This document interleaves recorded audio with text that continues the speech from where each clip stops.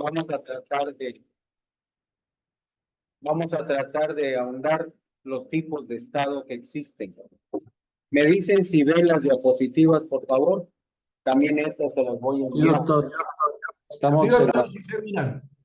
Necesitaría que tomen un minuto para que piensen bien qué es la materia de teoría general del Estado. Se acuerden si revisaron algunas materiales y me puedan hacer algunos comentarios al respecto con la clase pasada. Un minuto para pensar.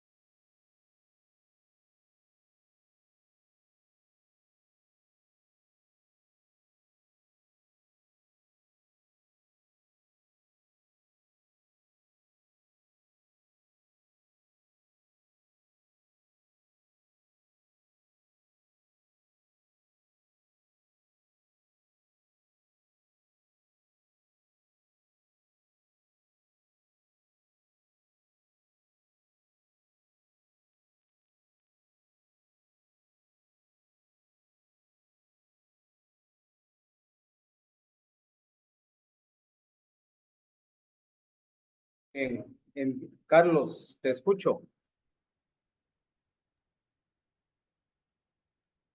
Muchas gracias, doctor. Bueno, un momentico aquí, doctor, yo organizo esto. Compañero Carlos, es que está vinculado dos veces y en ambas abrió el micrófono y se le escucha con eco. Para que tenga en cuenta, gracias. Sí. Se Sí, ahora cruzaron sí, por doctor. ahí. Ahora sí me Va escucha. primero Carlos y después Gustavo, por favor. Bueno, doctor, entonces teníamos acerca de la tarea de los derechos civiles, laborales y corporativos. Dentro del derecho civil colombiano tenemos la protección arbitraria de la vida, prohibición de tortura y los tratos crueles, prohibición de someter a alguien a torturas, penas, tratos crueles, inhumanos o degradantes, la prohibición a la esclavitud, derecho a la libertad y seguridad personal, dentro de lo que tiene que ver con la detención, prisión arbitraria, derecho a juicio justo, derecho a la privacidad, derecho a la libertad de asociación con otros, derecho a participar en la vida. ¿Sí? Por ahí Jorge abrió su micrófono. Ok. El derecho a la libertad de asociación con otros, derecho a la participación en la vida política, votar y ser elegido. Los derechos laborales en Colombia están diseñados para proteger a los trabajadores de abusos, explotación, asegurando entornos laborales seguros y una remuneración justa. También se habla de lo que tiene que ver con la continuidad en la relación laboral, la no discriminación, protección al trabajador, buena fe, dentro de la cual está la honestidad, el respeto mutuo, salario mínimo, contratación laboral y seguridad social. Y entre los derechos corporativos está el derecho a la igualdad y obligaciones sin importar capital social, derecho a la información sobre sociedad financiera y de gestión, derecho en participar en toma de decisiones, como es la elección justa, directivas, aprobación de cuentas anuales, el derecho a la protección de la minoría, el derecho a la transparencia, sus operaciones y decisiones, el derecho a la responsabilidad, como son los administradores y directivas de la sociedad, rendir cuentas ante los accionistas, el derecho de disolución y liquidación, derechos de protección a los accionistas, y esto puede variar según el tipo de sociedad y de las disposiciones estatutarias. Muchas gracias, doctor. Muy amable. Ok, muy amable, Carlos. Muy completa tu intervención, como siempre. Gustavo, ¿querías participar? Sí, doctor. Mire, lo que yo puedo averiguar de derechos civil colombiano dice que los derechos civiles son sobre todo atributos individuales de dignidad y autonomía. Ellos, estos derechos a Esa no la... es la dirección, es la pasada. Perdón. Síguele, te interrumpí.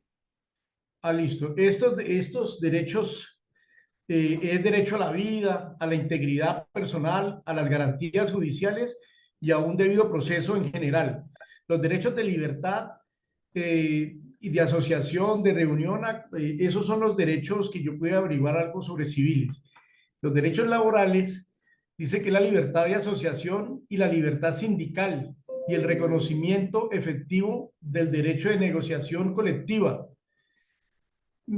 Tengo también lo que pude averiguar lo que son derechos corporativos, que dice que están integrados por el conjunto de normas jurídicas encargadas de regular el quehacer de las corporaciones mediante la determinación de las conductas que pueden ser prohibidas o permisibles a los apoderados y a aquellos con quien puedes tener ocasionalmente un vínculo comercial. Eso fue lo que yo pude averiguar en general de las tres cositas de los tres títulos que nos dejó como tarea de averiguación. Sí. En este caso, la idea era considerar la, el papel del Estado, o sea, ¿qué dimensión tienen ustedes sobre lo que sea el Estado? Independientemente de la función en los derechos civiles, en los derechos a la libertad, como decía Carlos, el Estado, el objetivo del Estado es tener poder, primero. Tener poder, si tiene poder, tiene autoridad. Y esta autoridad emana del derecho constitucional. De ahí pues que se hable de una república, de una monarquía democrática, representativa o absolutista, tipos de gobierno. Por eso es importante señalar no solamente la importancia, sino la consecuencia de tener un gobierno. Obvio, actualmente en América Latina lo hemos visto, nuestros gobiernos han sido los que ejercen violencia contra la sociedad. Hablo de los impuestos, hablo de quita de propiedades, hablo de la violencia simulada que existe en alguno de nuestros países, la genera el Estado, el gobierno. Por eso grandes historiadores lo comentaban, los griegos, los romanos, derecho romano, cómo se va consagrando, integrando, estructurando el poder y la autoridad de un Estado. Este Estado es producto de la conquista, algunos países fuimos conquistados, o de estados donde surgen las invasiones, los conflictos armados. Las crisis son para cambiar propiedades. Las crisis que existen en los estados es para cambiar propiedades. La propiedad privada pasa a ser propiedad pública de las empresas, de los extranjeros y así sucesivamente. Por eso debe de haber un ordenamiento constitucional normativo, donde descansen los poderes que representan a una sociedad. Ya lo dijimos la clase pasada, el poder ejecutivo, que lo representa el presidente, que en mi país, en México, es el artículo 89 constitucional, el que faculta al presidente de la República celebrar tratados, convenios con otros soberanos países, estados, ¿sí?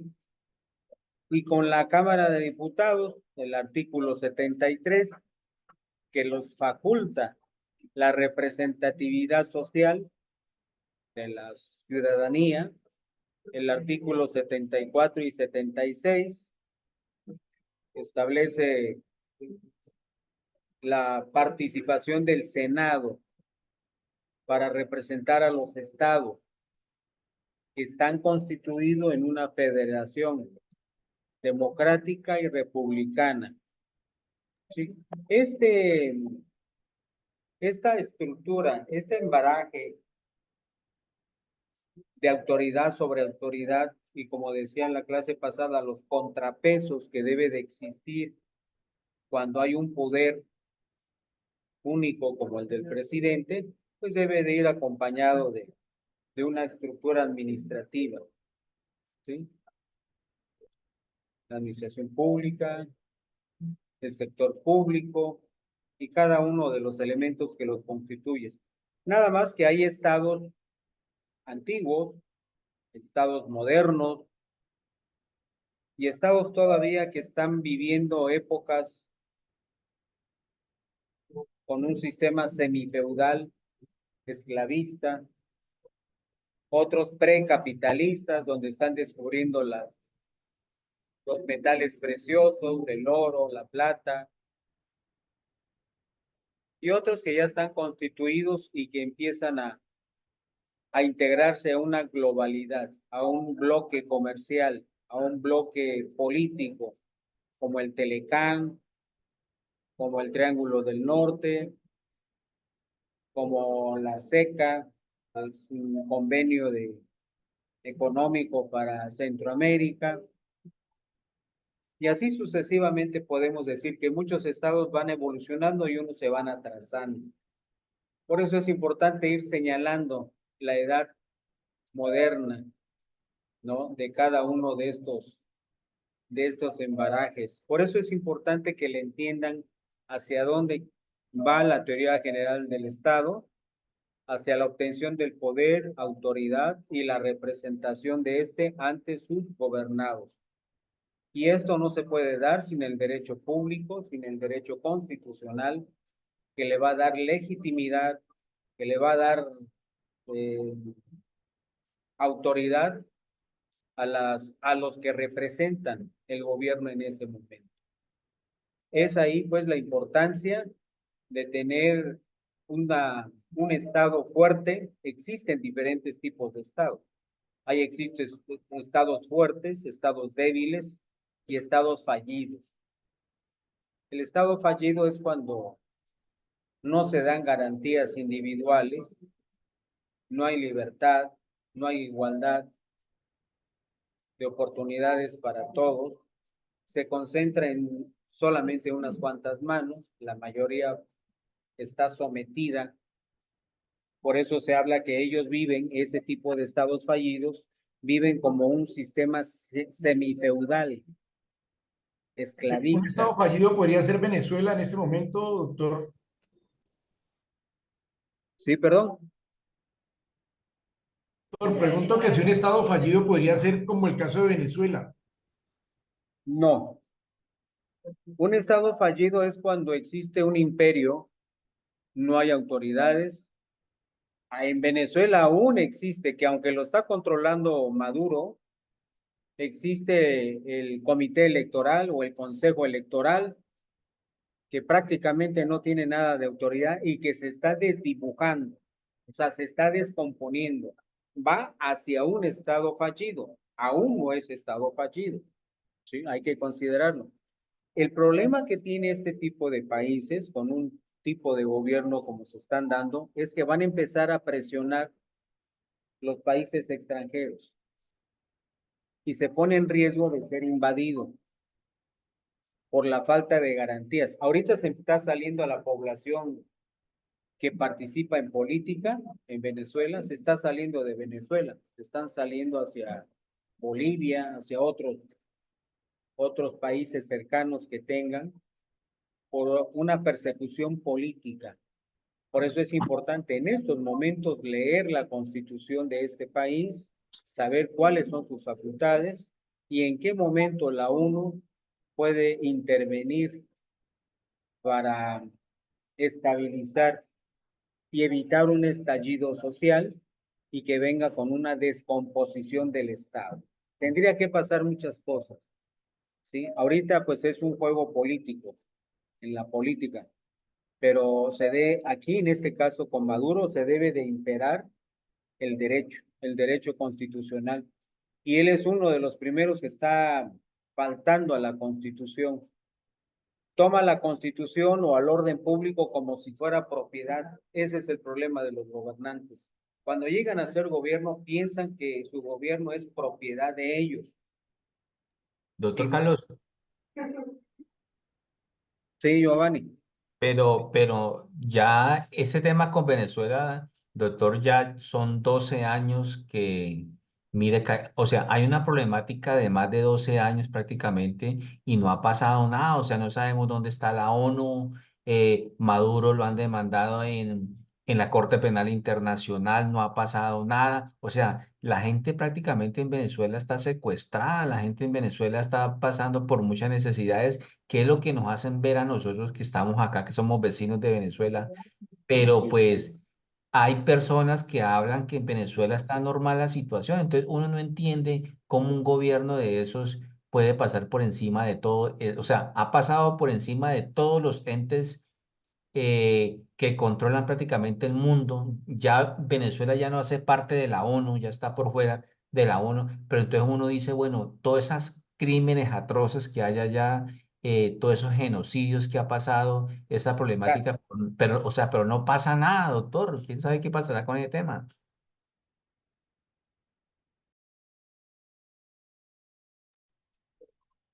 Efectivamente, nada más que qué bueno que lo estás preguntando así, Giovanni, porque tú como estudiante de Derecho, cuando te pregunten por qué no ha pasado nada, porque todo se ha politizado. Ahí necesita haber derecho, no política. Ahí hay muchas intenciones por ambas partes, la oposición y el gobierno. Hay intención política, pero no necesitamos políticos en este momento. Necesitamos restablecer el Estado de Derecho, dirían los venezolanos, ¿sí? Que se haga legítima la Carta Magna y ponga en su lugar a cada uno, pero no ha pasado en estos 12 años. Hay países que llevan más años, 34, 35, 40 años, y no ha pasado nada. ¿Por qué? Porque todo lo llevan a la arena política, no del derecho. Los problemas del derecho no son problemas políticos y los problemas políticos no son problemas del derecho. No es un juego de palabras, simple y sencillamente. Ahí es donde necesito que ustedes le den la importancia a lo que es la teoría general del Estado. La teoría general del Estado es la columna vertebral de la vida constitucional y política de un país. Lo que se está tratando, y lo dices muy bien, Giovanni, en el sentido que ha pasado mucho, sí, pero lo están politizando, es político. Son políticos norteamericanos, políticos venezolanos los que están, pero no veo abogados, no veo denuncias. Hay que hacer una denuncia formal a la Corte Interamericana de los Derechos Humanos, en el Haya, en Holanda.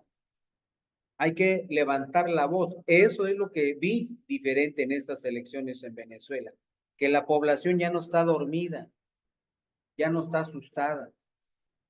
La población salió a la calle, inclusive muchos dispuestos a entregar la vida, si es posible, pero que se restablezca, y lo dicen muchos estudiantes de derecho venezolanos, que se restablezca el Estado constitucional. Nosotros no queremos saber de diferencias de Maduro con el otro candidato. No, queremos ahí la Suprema Corte ante la ausencia del presidente de la República. Por eso hay que ver qué artículo en la Constitución establece que cuando el presidente de la República no tiene las facultades o está fallando, necesitan de la Suprema Corte, los ministros, sesionar y establecer, pero aquí en Venezuela los tienen dominado a todo el contrapeso que en un momento deberían de hacerle a Maduro, no le hay, no, ningún poder le hace contrapeso.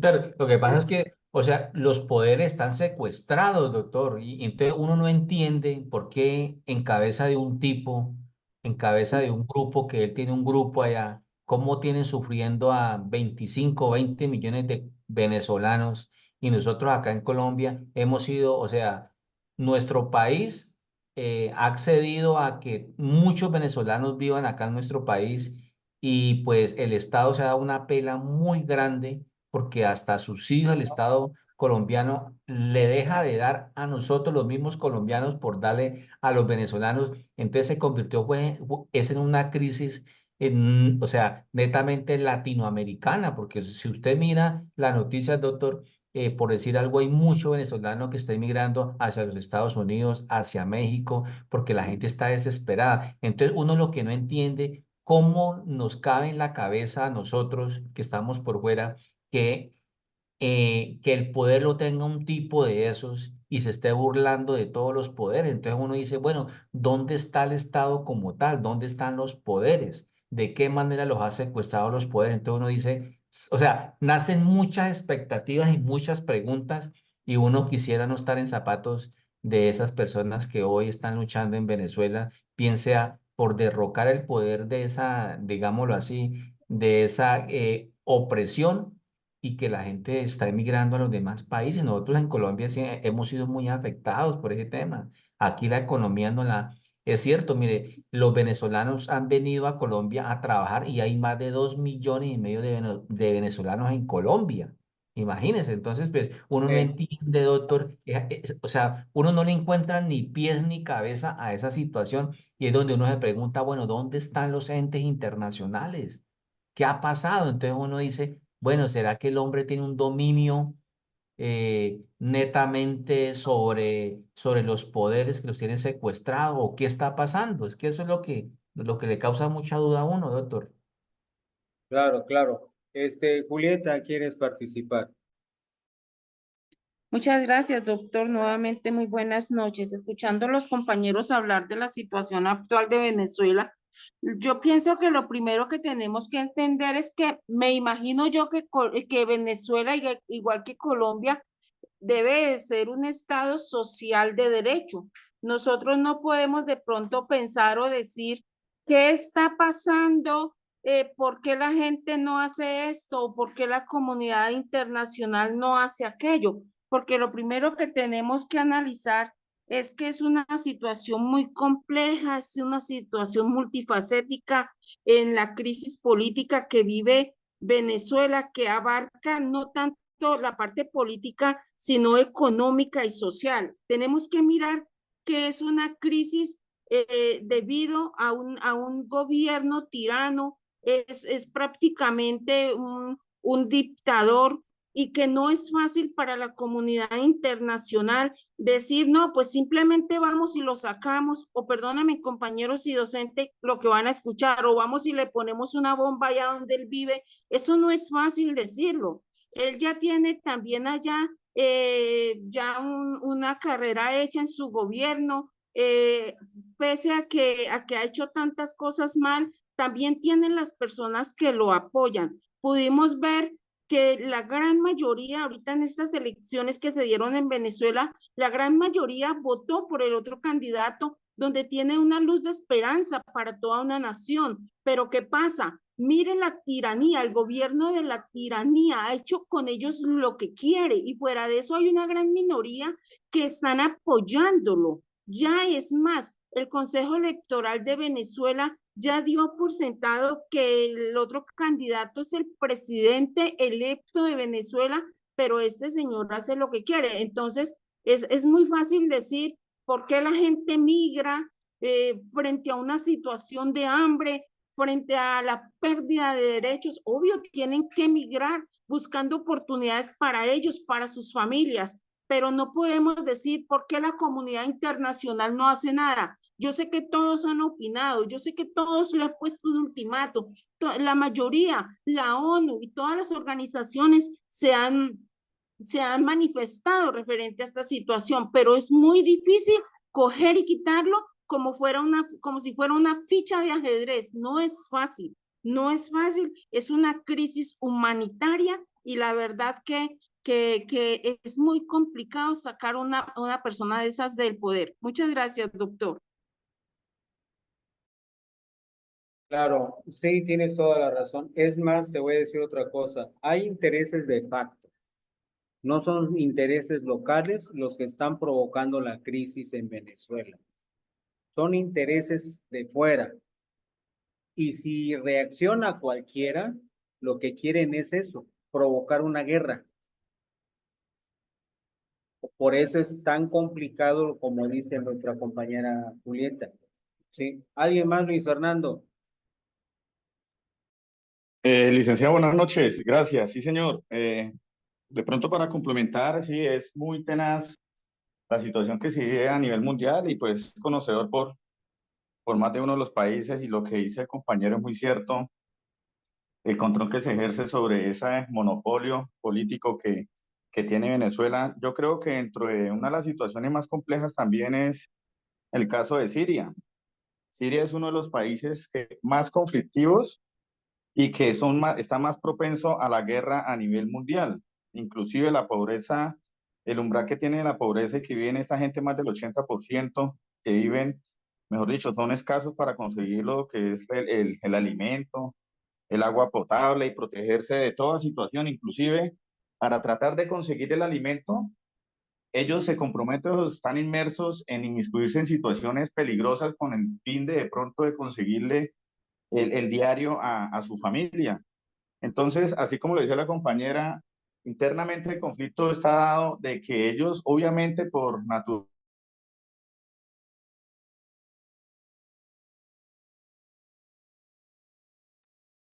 Te dejé de escuchar. Bien, Rocío. mejor estabilidad de vida para su familia. Pero la cuestión de Siria y el país vecino que es el Líbano es una situación bastante compleja y como lo digo, ellos son uno, yo creo que los primeros puestos a nivel mundial lo que tiene que ver con la guerra y con ese monopolio, porque el presidente es un militar, lleva más de una década dentro del gobierno. Su antecesor era el papá que duró el doble de tiempo de él. Entonces se podrá imaginar y lo que el compañero decía, ¿qué pasa? ¿Quién controla eso? ¿Sí? Entonces, por lo visto, o lo que uno presume, de pronto pueden estar vinculados también y eso es una ruleta en donde los participantes siempre son los mismos y obviamente a futuro nunca va a suceder nada. Era esa intervención, licenciado. Muchas gracias. Buenas noches, licenciado. Bueno, Claro que sí. respecto a este tema de Venezuela, yo puedo concluir también que si vamos tiempo atrás, desde la presidencia de Hugo Chávez, él empezó, como se dice coloquialmente, a echarse el pueblo al bolsillo. Les daban los subsidios por todo, les daban casa propia, tenían una muy buena economía en el país, entonces fueron haciendo una reforma a la Constitución que permitió la reelección. Aparte que, bueno, a comparación de acá de Colombia, acá son solamente 4 años presidenciales, en Venezuela son 6. Entonces, al ir implantándose en el poder, de ya pasar de Chávez a Maduro, ya lo que hicieron fue hacer realmente lo que quisieron con el país y como usted lo dijo anteriormente, todas estas entidades en Venezuela ya están politizadas. Acá en Colombia, con el presidente Álvaro Uribe, fue cuando se hizo la modificación a la Constitución para una reelección y él fue reelegido una segunda vez acá en Colombia. Cuando buscó ser reelegido por tercera vez, ahí sí ya la Corte Constitucional fue la que le dijo no, ya hizo una modificación en la Constitución, se permite una reelección una única vez, pero una segunda ya no, cosa que en Venezuela siento que se dieron cuenta demasiado tarde para llegar a ese punto de poder parar y decir, no podemos hacer eso, o sea, usted es el presidente, pero no puede hacer realmente lo que quiera. Hay unos entes que también lo controlan y creo que fue eso lo que pasó, se dieron cuenta demasiado tarde y se están viendo las consecuencias, que nos sirve al resto de países latinoamericanos seguir su ejemplo, porque también nos damos cuenta ahorita en Nicaragua y en Ecuador, y creo que en Bolivia también, si no estoy mal, cómo va el tema también de las reelecciones con sus presidentes. Entonces, pues esa era mi opinión.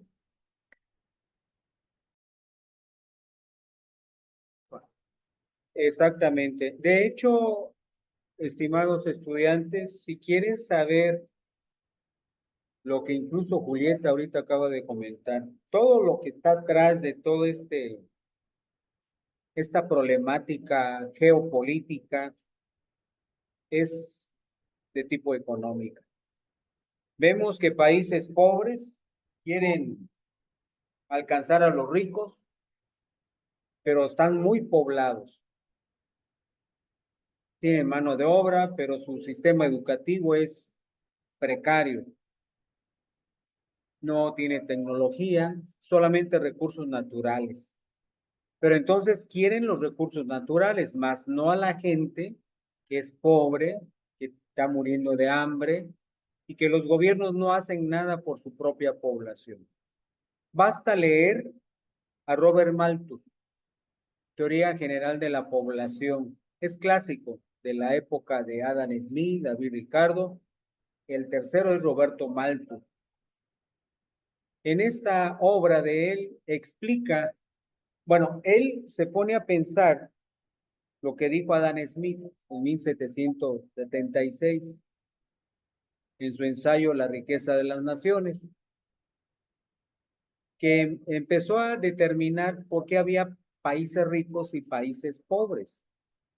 Adam Smith lo que único explicó fue el mercado libre, teoría de las ventajas comparativas sobre las desventajas relativas y que se formara el comercio internacional, que se formaran bloques para que se junten los que pocos tienen para luchar con las grandes economías nacionales.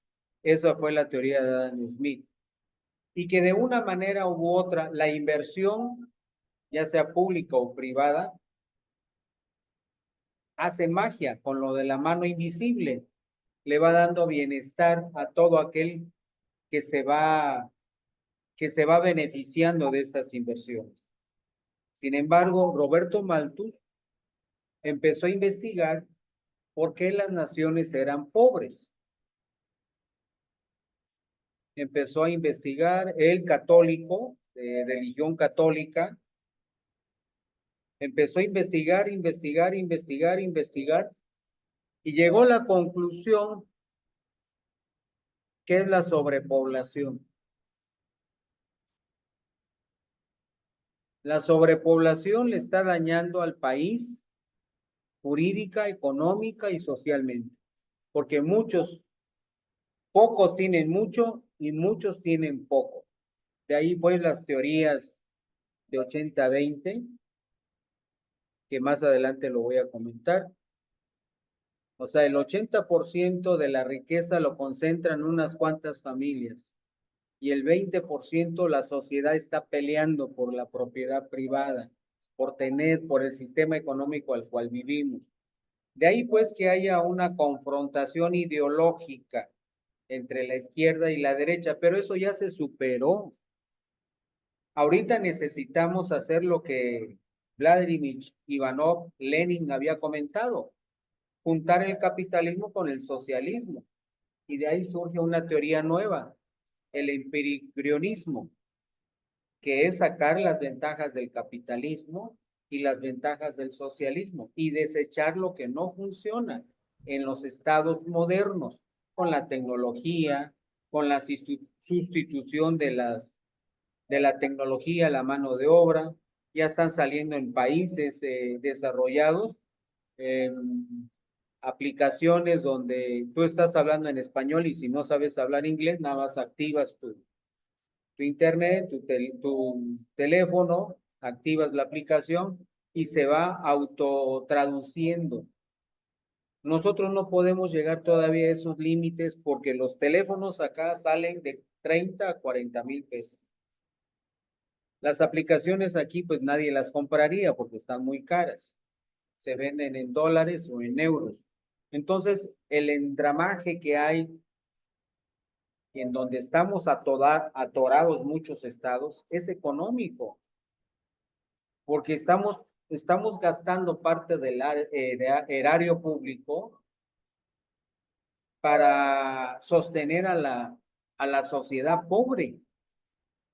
Ojo con lo que voy a decir. En el libro de teoría de la población de Robert Malthus, dice que las guerras, las epidemias y los conflictos políticos entre los estados son los que le van a dar libertad a este mundo. Se va a acabar la gente pobre, se van a acabar los gobiernos pobres, siempre y cuando haya guerras, epidemias, enfermedades, apestes, ¿sí? Y solamente va a sobrevivir aquel que realmente sea fuerte.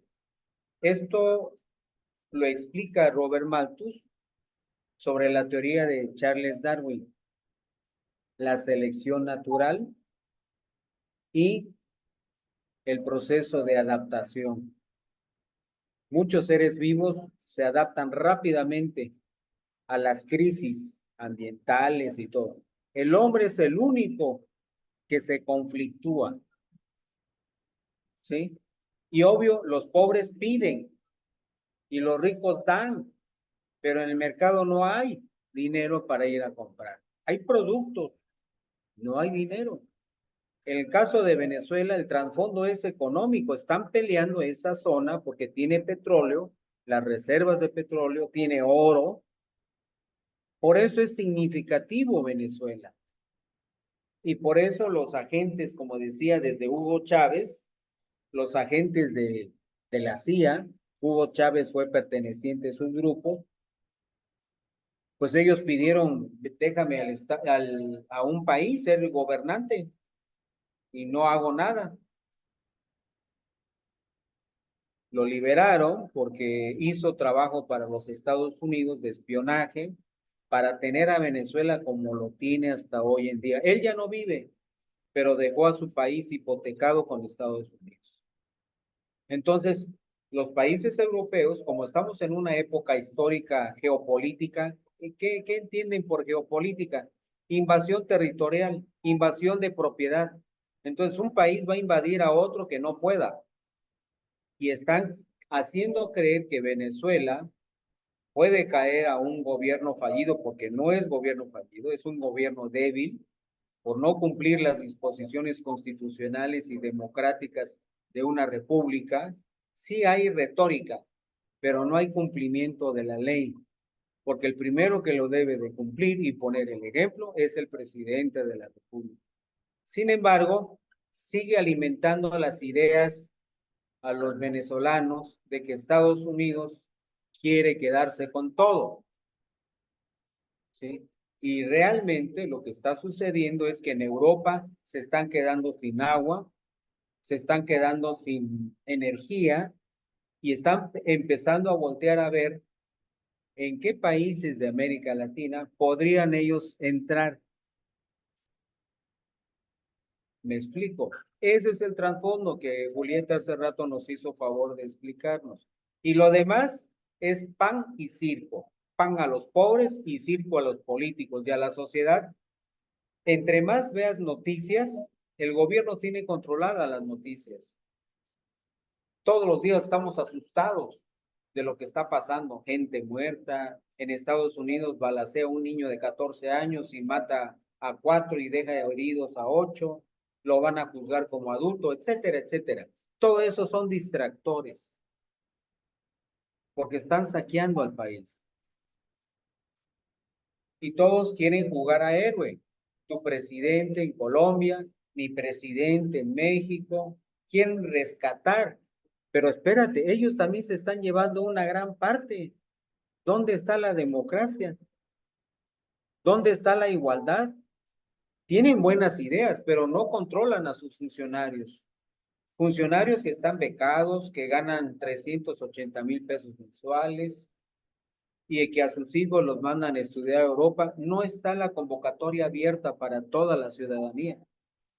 Empiezan a jalar solamente a los hijos de los funcionarios o los que obedecen las disposiciones presidenciales. Todos son intereses económicos, ¿sí? Entonces, ahí está la verdadera razón por qué tarda, por qué no han hecho nada, porque realmente no se está haciendo nada. El pueblo critica, habla, pelea, pero hasta ahí, pero no se ha hecho nada, no se ha levantado denuncias.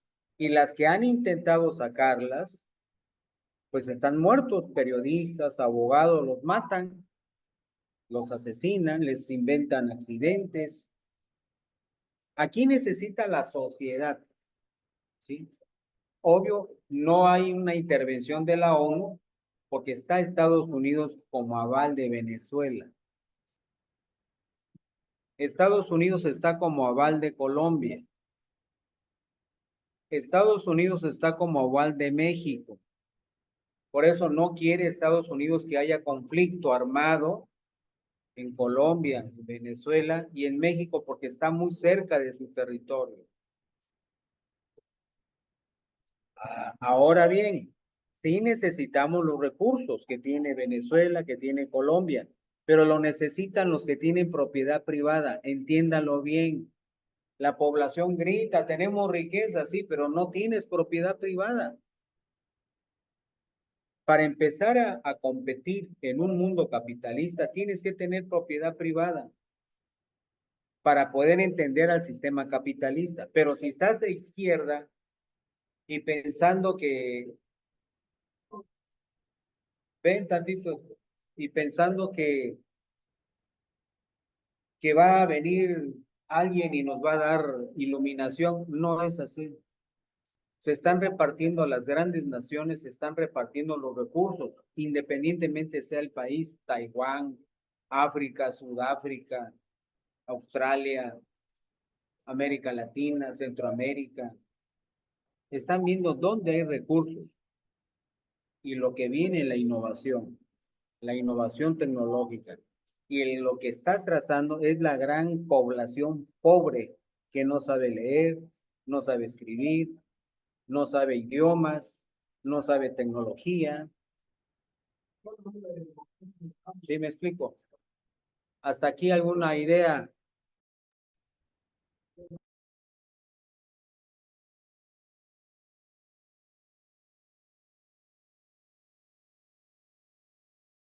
Ya estamos a punto de terminar. Ya no pude pasar de todas maneras las diapositivas. Pero hay que ver que es un proceso. La teoría general del Estado es un proceso. Para empezar, necesitamos analizar lo que es la Edad Media, la Edad Moderna, ¿sí? Los periodos históricos, en cuántas partes se divide para poder entender. Sería periodos donde van triunfando valores propiamente de la modernidad. Cuando hablamos de modernidad, que se entienda de progreso, de comunicación y de razón. Cuando hablamos del espíritu de la modernidad, estamos buscando identificar las épocas clásicas donde sí funcionó el Estado. Estamos hablando de Roma, donde nació el derecho romano.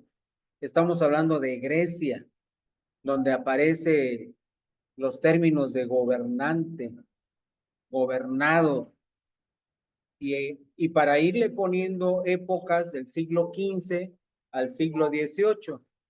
Si estamos hablando cronológicamente, estamos hablando de 1453 y a partir de la Revolución Francesa, 1789, la caída de Constantinopla, turcos otomanos, son los que propician estos procesos. ¿Cuáles procesos? Procesos sociales. Consolidación de la burguesía, que eso siempre ha sido. Actualmente, por ahí en una revista Expansión aparecen los más ricos de Colombia, que ellos no ven conflicto, ellos no ven problemas, porque están viajando y están haciendo negocios en otros países. ¿sí? Los que están viendo problemas son los que se queda uno viviendo en su país y estamos acorralados, no podemos salir de ellos. El aspecto social está dominado por la burguesía. Económicamente es el mercantilismo, el capitalismo y la economía mundial la que domina. ¿Cuál es la economía mundial? La globalización. ¿Cuántas veces ha salido de su país ustedes? ¿Cuántas veces sale un estudiante mexicano de su país? Nunca. En cambio, la burguesía se forma en escuelas liberales, conservadoras, y regresan a su país a moldear al Estado. Culturalmente se ha pasado del Renacimiento al humanismo y se han hecho nuevos descubrimientos. Se ha pasado en el aspecto religioso de la reforma a una contrarreforma, donde haya más religiones, no sea una única, sino hayan las que la sociedad pueda crear, ¿sí? En materia de ciencia y tecnología, la navegación y la imprenta fueron el inicio tecnológico de la sociedad. Hoy estamos hablando de estas clases virtuales, miren dónde están ustedes, dónde estoy yo, ¿sí? Hay muchas cosas las diapositivas se las voy a mandar en cuanto acabe mi clase, 15, 20 minutos después las empiezo a enviar. Hay una facilidad de poder lograr algunas metas que ustedes se proponen, diferente a como se lograban antes. O sea, unos nos quedamos atrasados y otros avanzan. Pero ¿quiénes son los que avanzan? ¿Qué dice lo social? La consolidación de la burguesía. Los que tienen recursos, los que pueden mandar a comprar equipos a otro país más avanzados o viajan ellos a otro país. Estamos hablando ahorita incluso José Giovanni lo acaba de comentar, estamos hablando de estados nacionales contra monarquías absolutas, que todavía hay vestigios, con gobiernos que supuestamente son democráticos, ¿sí?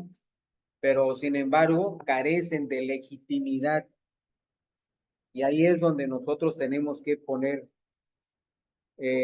más atención en estos hechos y sucesos que van a surgir.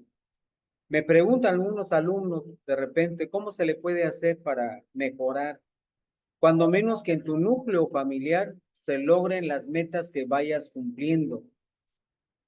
Estudiar, tener un buen trabajo, formar una familia, formar a buenos hijos para generar buenos ciudadanos, ¿sí?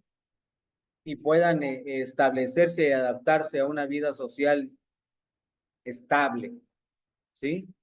Es importante entonces estas consideraciones porque esto va a dar como resultado que hay necesidad que la sociedad se organice y se organice de una manera de Estado. Por eso el Estado es la organización jurídica y política de una nación en un territorio definido, con un gobierno establecido y con una población reconocida. Sin embargo, una nación es un conjunto de personas que se encuentran unidas por distintos vínculos en común. Clase media, materiales clase media, clase alta, clase baja, ¿sí? Pobres, paupérrimos, miserables, etcétera. Espirituales, culturales, religiosos, por la lengua, por la historia, entre otros. Las bases del Estado están con la revolución en Estados Unidos y la revolución francesa. La revolución de Estados Unidos es cuando se crean las 13 colonias, crean a lo que es Estados Unidos. Ahí se empieza a hablar de un Estado moderno a partir de la independencia de Estados Unidos y a partir de la revolución francesa. Estas eran las características de gestación del Estado, de un Estado moderno. que pasan de una monarquía, se terminan las monarquías, los sistemas monárquicos, y dan origen a los estados. Quiero ir más rápido, pero no me va a dar tiempo. Se los voy a pasar y me hacen favor de leer. Nada más es para que tengan participación, como el día de hoy tuvieron 6, 7 participaciones por ahí, las cuales las voy a apuntar en la lista para empezar a distribuir puntos, ¿sí? Estos son los elementos básicos de un Estado moderno, la formación de un proceso que inicia del siglo XIV al siglo XV, 14 a 15. Se desarticulan los sistemas feudal y pasa a un Estado moderno. Un proceso en la cual se da origen, se fortalecen Portugal, España, Inglaterra y Francia como Estado, los primeros, ¿sí? Francia en especial porque pasa de una máxima fragmentación del sistema feudal hacia el absolutismo. Esto es, en términos generales, lo que analizaremos parte por parte para entender por qué no está pasando nada en Venezuela, por qué no está pasando nada en Ucrania, por qué no está pasando nada en Taiwán, y todos en estos países donde estoy mencionando se aventura una guerra. ¿Pero quién lo dice? Los países más ricos, los países que están al lado o que comparten fronteras, o los países pobres. Esto y más analizaremos en la próxima sesión que tendremos la próxima clase. Probablemente les mande un quiz porque necesito tener Los que participan no me preocupa. Lo que me preocupa son los que no participan, a veces no asisten y tampoco mandan alguna tarea o algo para poder apoyarlos en su calificación. Así que probablemente les envíe mañana pasado un quiz, un cuestionario donde puedan ustedes resolverlo y tener la calificación inmediata. De mi parte eso es todo. En unos 20, 25 a 30 minutos envío las diapositivas que están ustedes viendo para que tengan posibilidad de leerlo y poder analizar y hacer los comentarios respectivos la próxima sesión. De mi parte eso es todo. Muchas gracias, licenciado. doctor Feliz Carlos. noche. Muchas gracias, maestro. Muchísimas gracias, doctor. Que Gracias. Muchas gracias. Buenas noches. Hasta luego. Buenas noches, licenciado Carlos. Gracias, docente. Gracias, Gracias, licenciado. docente. Gracias a todos. Descansen. Hasta luego.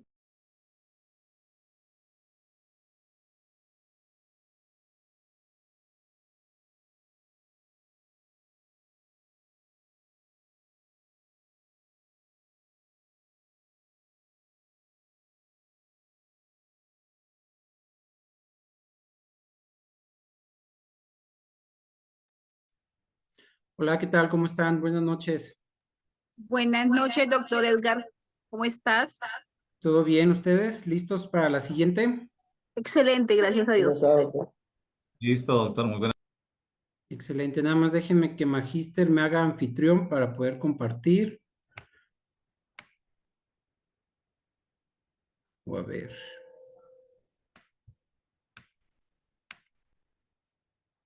Sí, sí está la pantalla compartida, ¿verdad?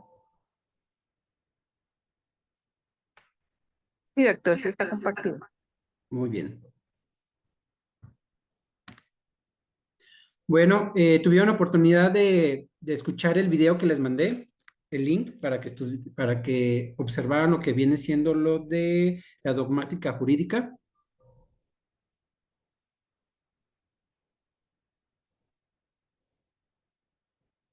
Muy bien, en esta clase vamos a dar una Sí, conclusión de lo que doctor, es aquí la- usted nos dejó una tarea, doctor Edgar. Sí, No sé si vaya a preguntar, podemos participar. sí, en esta clase vamos a ver lo que viene siendo, bueno, vamos a dar una conclusión de lo No que le es la... escuchamos, doctor Edgar, no le escuchamos. ¿No se escucha? A ver.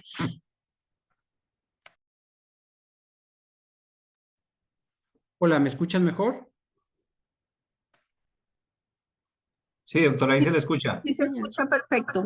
Bien. De acuerdo, yo creo que está fuera del micrófono. Muy bien.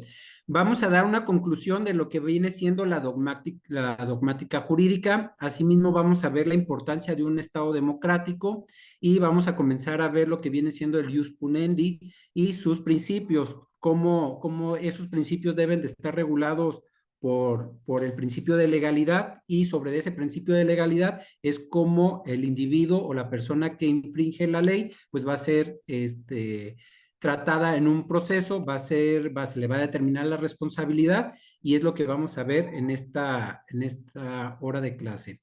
Muy bien, les dejé un video para que lo pudieran observar, escuchar. Viene siendo un concepto muy básico, muy general, perdón, muy nutrido de lo que viene siendo la dogmática jurídica. ¿Qué me pueden compartir ustedes de qué es la dogmática jurídica? ¿A qué conclusión podemos llegar? Los escucho. Permiso para participar, doctor Edgar. Bueno, según entonces lo que nos dice la epistemología, que es el estudio y análisis de los principios y conceptos fundamentales del derecho. Muy bien. Y esos estudios y análisis pues se fueron formando durante la historia, ¿verdad? Ya estuvimos viendo cómo durante, pues se empezó a organizar el Estado, cómo ellos empezaron a detectar la forma de poner orden, establecer ese orden social, y bueno, se fue formando todos esos criterios, todas esas teorías. Ya vemos un poco en la etapa científica donde los estudiadores del derecho ya comienzan a analizar un poco más la conducta humana, ¿no? Entonces, todo eso se le puede llamar dogmática jurídica porque parten de esos estudios, ¿sí? Adelante, Julieta. Muchas gracias, doctor. Muy buenas noches. Yo tengo por aquí la tarea con las respuestas. Si me permite, la puedo leer porque es la conclusión a la que llegué. La Adelante. dogmática jurídica es una disciplina del derecho que se encarga de estudiar el derecho positivo vigente. Su objetivo es el describir e interpretar y sistematizar las normas jurídicas para ubicarlas en construcciones conceptuales que agrupen las clases de normas. La dogmática jurídica se caracteriza por: 1. Ser una disciplina expositiva y explicativa del sistema jurídico. 2. Ser sinónimo de ciencia del derecho o ciencia de los juristas. 3. Establecer criterios de racionalidad jurídica a través de principios, conceptos e instituciones. 4. Facilitar el manejo del lenguaje jurídico. 5. Determinar si las proposiciones son verdaderas o no. 6. Establecer el marco en el que se sostiene la verdad de las proposiciones. Y tengo también, no sé si lo puedo hacer de una vez, lo de epistemología jurídica y método. ¿Lo Sí, puedo adelante. hacer? Muchas gracias. Epistemología jurídica examina los factores que determinan el origen del derecho y tiene como uno de sus objetivos tratar de definir su objeto.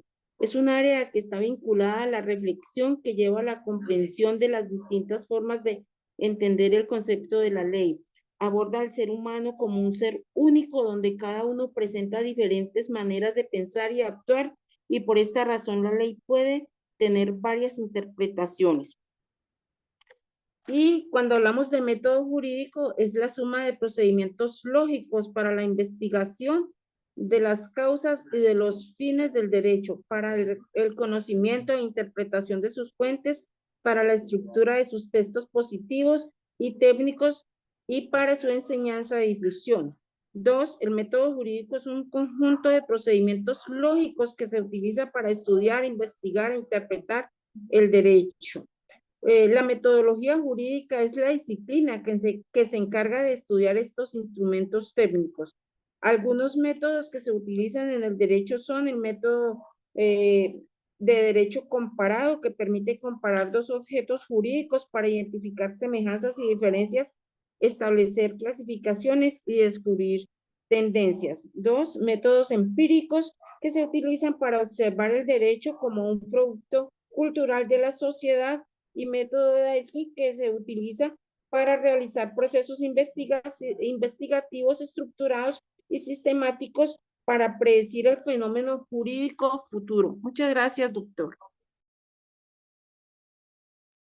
Muchas gracias, Julieta, muy completo, felicidades, excelente trabajo. Adelante, Carlos. Doctor, para complementarle que el método se utiliza también para interpretar, resolver conflictos y controversias, crear y desarrollar el derecho, como es la legislación, la jurisprudencia y la doctrina, también para evaluar y mejorar el sistema jurídico. Y este método puede variar dependiendo del sistema jurídico, la cultura y la tradición jurídica. Muchas gracias, doctor. Gracias, Carlos. ¿Alguien más levantó la mano? Henry. Licenciado, buenas noches. En resumen, se enfoca en el estudio del derecho, la epistemología jurídica examina la naturaleza del conocimiento jurídico y el método jurídico comprende las técnicas utilizadas para analizar y aplicar el derecho. Muy bien, sí, claro. Muy bien. ¿Alguien más?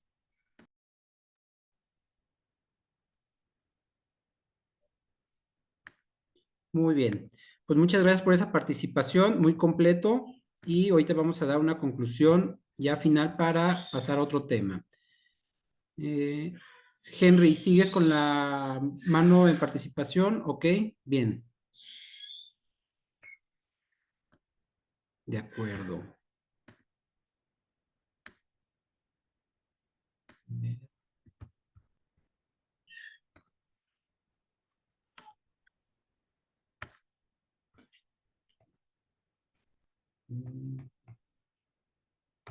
Muy bien, bueno, entonces podemos entender como la dogmática jurídica como la ciencia penal, que es el conjunto sistemático de principios relativos al delito, a la pena. A ver, no me puedo quitar este. Ok. Entonces, es el conjunto sistemático de principios relativos al delito, a la pena y a las medidas de seguridad. Se trata de una sistematización cuyo objeto lo constituyen las normas que definen los actos seriamente trastornados del orden social y las medidas adecuadas para su prevención y represión. Bueno, esta es una idea que nos comparte Eugenio Cuello Calón. Y bueno, la dogmática jurídica penal es la disciplina cuyo objeto consiste en descubrir, construir y sistematizar los principios rectores del ordenamiento penal positivo. Entonces, el derecho punitivo, que es el conjunto de normas, la ciencia del derecho penal integrada por los principios cuyo objeto es, desde luego, el estudio de las normas positivas, como expresa el maestro Villalobos, fijar la naturaleza del delito, las bases, la naturaleza y los alcances de la responsabilidad y la peligrosidad, así como la naturaleza, la adecuación y los límites de la respuesta respectiva por parte del Estado.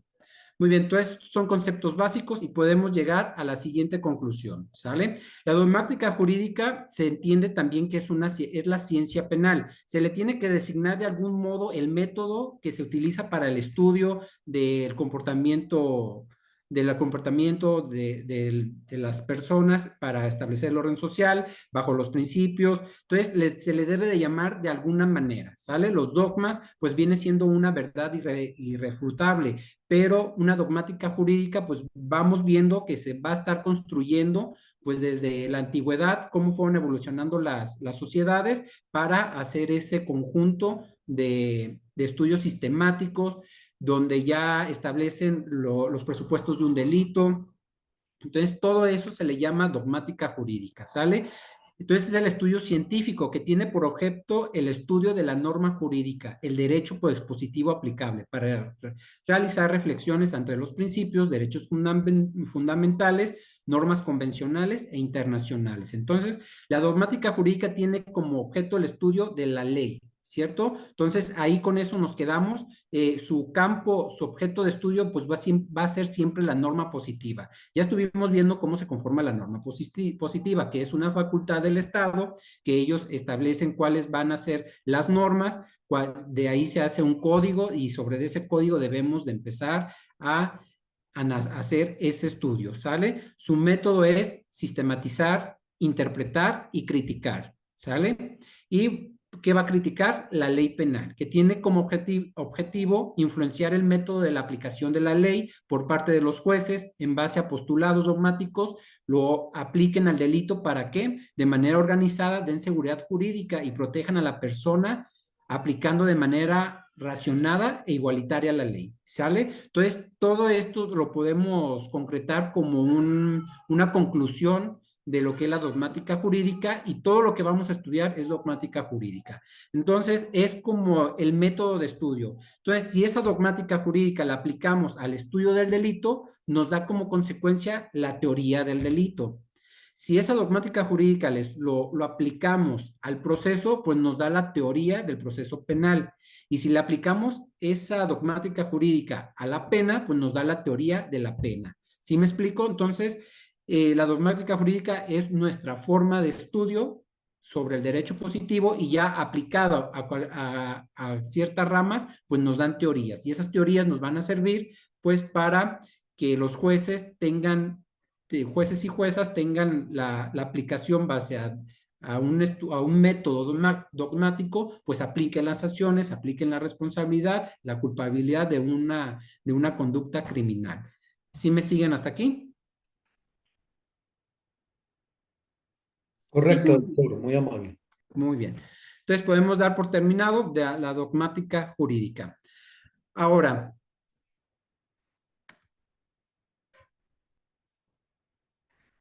muy bien, vamos a partir de la premisa de los principios propios de un Estado democrático de derecho.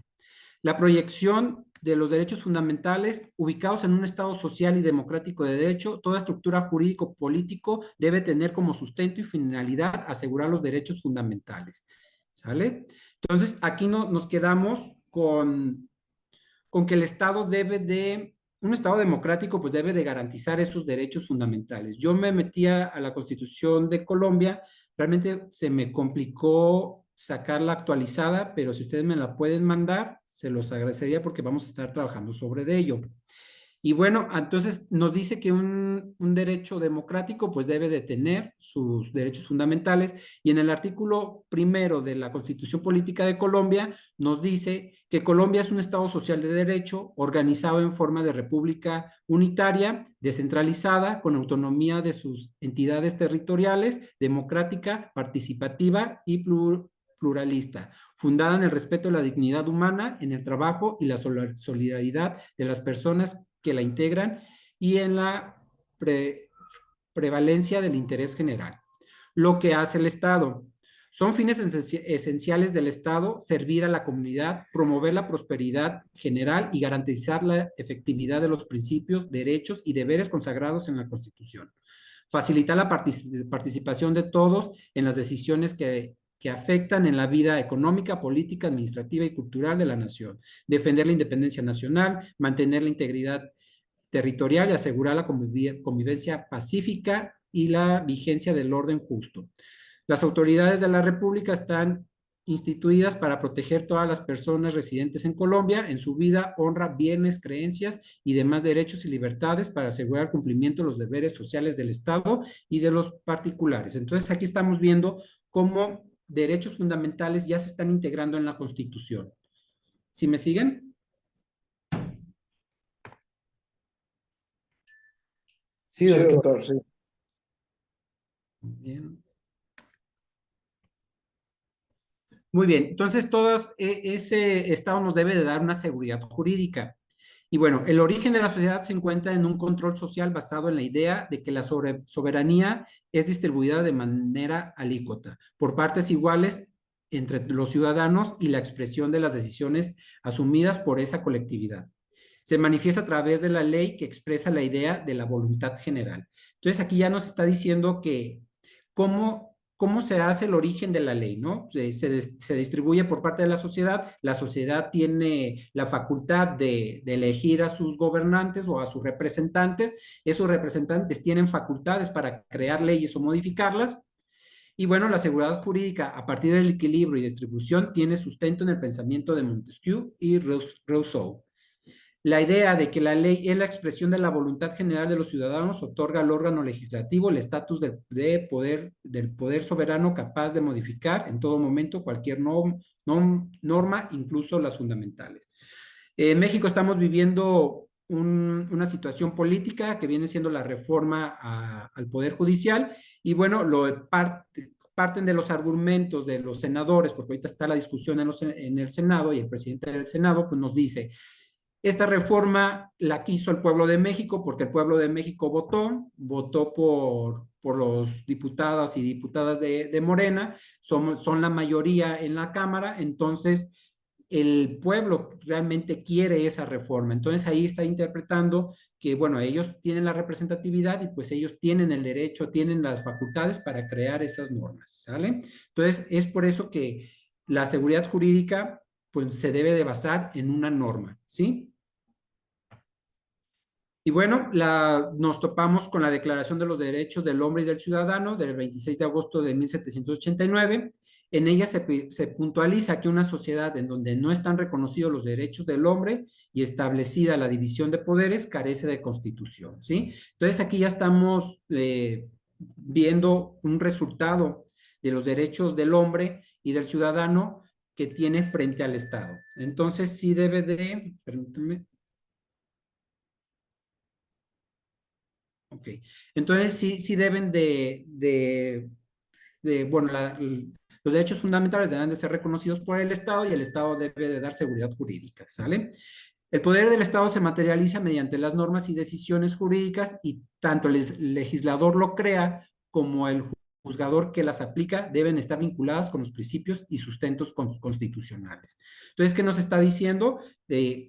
Hay representantes del Estado que crean las normas y el juez debe de aplicar esas normas.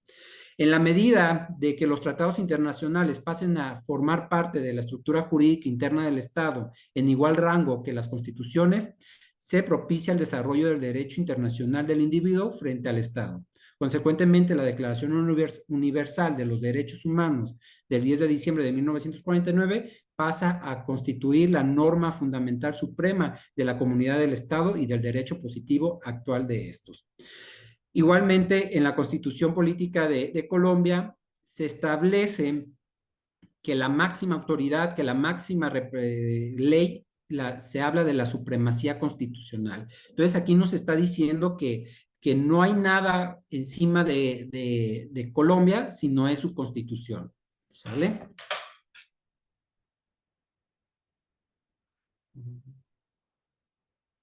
Gracias, Julieta, por compartirme la constitución. Bien.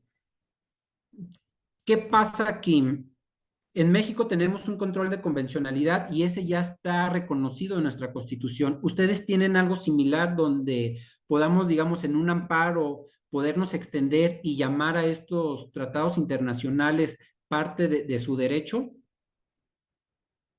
¿Sí han escuchado el control de convencionalidad?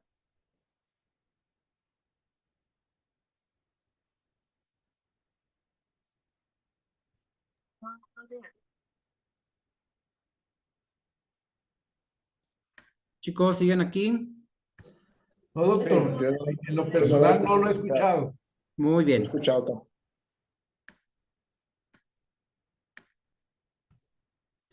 Bien, lo que pasa, ya nos está compartiendo la pantalla, ¿verdad? No, doctor, todavía no. Bien, miren, el control de convencionalidad es lo siguiente. Hay tratados internacionales y ahorita les voy a pasar un cuadernillo de todos los derechos fundamentales que debe de respetar el Estado y también les va a servir a ustedes cuando tengan que hacer alguna promoción de un amparo donde se esté violentando algún derecho fundamental, pues eso les va a servir mucho porque ustedes van a aplicar lo que hace el Estado, bueno, el hecho que les afecta, lo que dice la ley y lo que dice el tratado internacional, conforme a los derechos fundamentales. Y eso les va a servir mucho porque les va a decir qué es lo que se está violentando en cada derecho. Entonces, eso es el control de convencionalidad, de decirle a la autoridad que tiene la obligación de respetar todos los derechos humanos, no solamente los que se estén protegiendo en la Constitución de Colombia, sino también los tratados internacionales. Lo debe de haber, pero les digo, me costó un poco de trabajo. Si me pueden compartir, ¿ustedes tienen ley de amparo?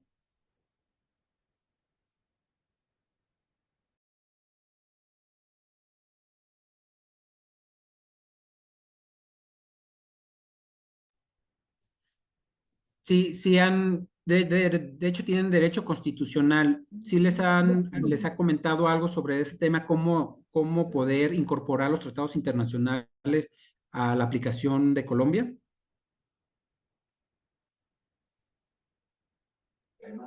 Doctor, la ley de amparo en Colombia es la acción de tutela.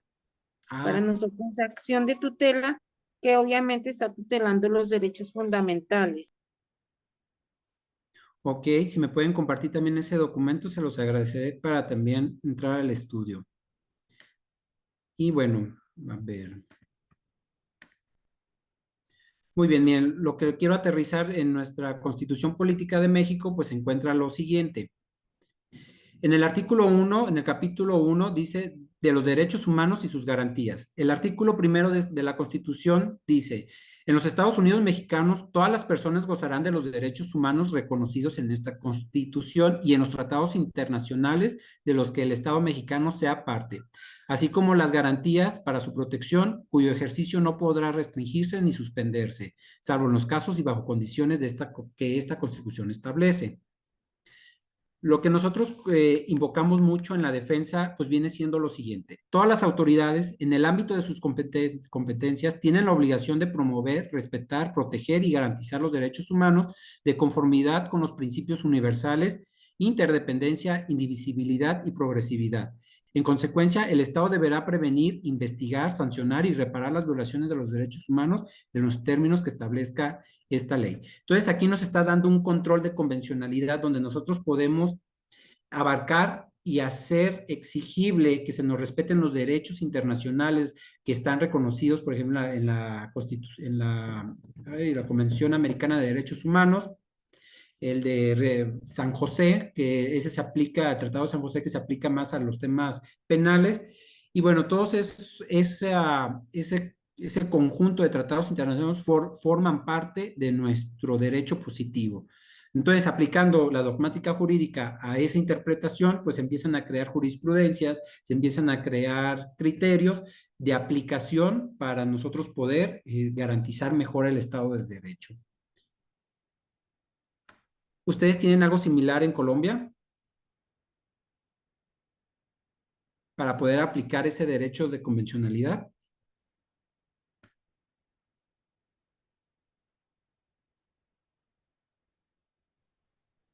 Muy bien, aquí me compartieron algo. A ver, Constitución Política de Colombia, artículo 93. Los tratados y convenios internacionales ratificados por el Congreso que reconocen los derechos humanos y que prohíben su limitación a los estados de excepción prevalecen en el orden interno. Muy bien, entonces aquí ya con eso ustedes pueden aplicar un derecho de convencionalidad, ¿sale? Entonces pueden partir del artículo 1 que el Estado tiene la obligación de ventilar los derechos fundamentales por ser un Estado democrático y aparte de este artículo 93, pues también les da la oportunidad de aplicar un control de convencionalidad para llamar a más tratados y fundamentar mejor su derecho de petición o su derecho de defensa que se vaya estando vulnerando. ¿Sale? Esos tres componentes, más aparte el manual que les voy a compartir, eso les va a servir mucho para ustedes poder sustentar, fundamentar que se respeten los derechos fundamentales. ¿Qué les parece?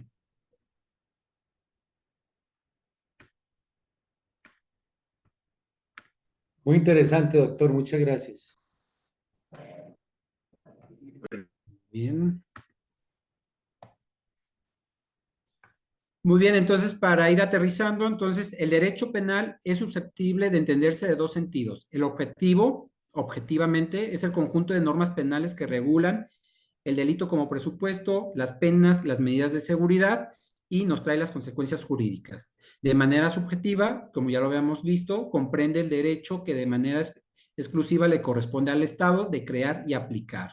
Entonces, aquí tenemos el nacimiento, bueno, tenemos ya, podemos ir aterrizando lo que es el jus punendi, ¿sí? Que viene siendo el Estado aplicar el Estado de Derecho, ¿sí? Y bueno, límites al jus punendi estatal, bueno, viene siendo la potestad estatal para establecer e imponer penas y medidas de seguridad y tiene una relevancia primordial y delicada, pues se encuentran involucrados intereses de extremo valor para el individuo. Por ello, en un Estado democrático de derecho, esta potestad debe de estar limitada. No es suficiente proteger al individuo mediante el derecho penal, sino también del derecho mismo. Eso lo enfatiza Roxin. Entonces, el derecho penal, pues es agresivo. Estamos hablando de la privación de la libertad, también restitución de derechos reales, te establecen una responsabilidad ante un hecho penal. Entonces, todo esto debe de estar regulado sobre algunos principios que no deben de ser, no debemos de permitir los abogados que el Estado se salga de esos principios. Y si de esos principios hay alguna violación, pues podemos entrar y hacer exigible nuestro derecho. ¿Sí se entiende lo que es el jus punendi?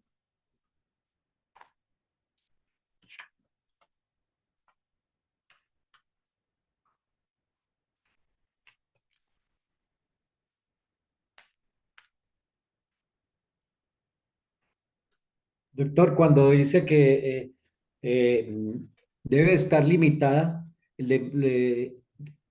en un Estado democrático de derecho, esta potestad debe estar limitada. Está hablando entonces sobre lo que tiene que ver con los derechos. Sí, está limitada en base a algunos principios, por ejemplo, de legalidad. Ahorita vamos a empezar a abonar un poquito más en eso. El Estado debe de respetar todos los derechos fundamentales. Entonces, no puede ser un Estado impositor o un Estado, pues sí, de una dictadura, de lo que el Estado diga, pues es lo que se va a hacer, ¿no? Digamos, ¿han escuchado el método Kafka? ¿O han leído esa novela? No, doctor, Muy personalmente bien. no. Entonces les platico un poquito de ello. Es una persona que es acusada de un delito, pero durante toda la narración toda la narración de la novela, la persona que es acusada no entiende sobre qué delito, pero él está muy, muy angustiado, su vida cambia por completo, nada más sabe que está acusado por un delito, pero no sabe por cuál delito, no sabe quién es el que lo ha acusado. Igual también se los voy a compartir para que lo lean, es muy interesante. Entonces ahí te das cuenta de cómo una persona psicológicamente, al ser señalada por algún delito, pues le entra todo el temor, cambia toda su vida, entra en un estado de ansiedad, de depresión, pero pues nunca sabe por qué delito se le está condenando, pero él sabe que al condenarlo por un delito, pues todo el Estado va a caer sobre de él, se va a ver afectado en su libertad, pero pues no se sabe, él no sabe por qué delito, ni quién lo acusa, ni cuándo lo cometió, ni nada. Entonces, sobre eso nos estamos basando lo que viene siendo los límites que debe de tener un jus punendi, la potestad del Estado para aplicar la ley penal, que debe de dar seguridad jurídica. Esa seguridad jurídica la podemos encontrar en las leyes. Ahorita vamos a ver el principio de legalidad, que es el principio de legalidad, y defender bastante ese principio, porque sobre de eso nace si una persona es culpable o es inocente, si se cometió un delito o no, si se hace una reparación del daño o no. Entonces sí debemos de exigir muy bien ese principio de legalidad. Y sobre eso vamos a entrar al estudio, que el Estado debe de tener esa limitante, no puede ser tan dictador, no puede dar garantías, sí, pues la seguridad jurídica, ni debe de gozar de la libertad, se le debe de reconocer como inocente hasta que se declare, hasta que se compruebe su culpabilidad. Entonces, todo eso es parte de los límites que tiene el Estado frente a la aplicación de la ley. Entonces, tenemos el principio de legalidad. ¿Alguien que me ayude a leerlo, por favor? Permiso, doctor, para iniciar Adelante. el principio de legalidad. Este principio, tradicionalmente designado con el nombre de principio de legalidad, establece que la intervención punitiva estatal, tanto al configurar el delito como al determinar, aplicar y ejecutar sus consecuencias, debe estar regido por el imperio de la ley. perdón, entendida esta como expresión de la voluntad general. ¿Para qué sirve? Pues para evitar el ejercicio arbitrario e ilimitado del poder punitivo estatal. Se le identifica bajo la expresión nullum crimen, nulla poena, sine lege, y su formulación latina se le atribuye a Feuerbach. Muy bien. Sí, entonces aquí comenzamos con el principio de nulle crem, debe de crearse, hay una nulidad de crimen si debe de ser nula la pena si no hay ley, ¿sí? Si no hay ley, pues no hay pena y tampoco hay crimen. Y bueno, entonces ya para no ser tan reiterativo, pues vemos que este principio pues parte de la voluntad general para nosotros elegir a nuestros representantes, esos representantes crean las leyes y esas leyes pues se deben de aplicar para el derecho penal, ¿sale?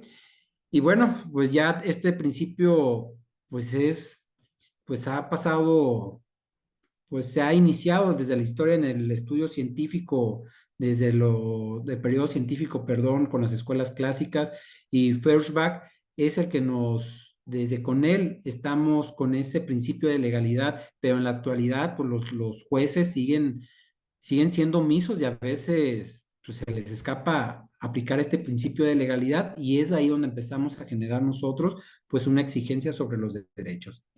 ¿Queda claro lo que viene siendo el principio de legalidad hasta ahorita? Sí, doctor. Sí, doctor. Está muy claro.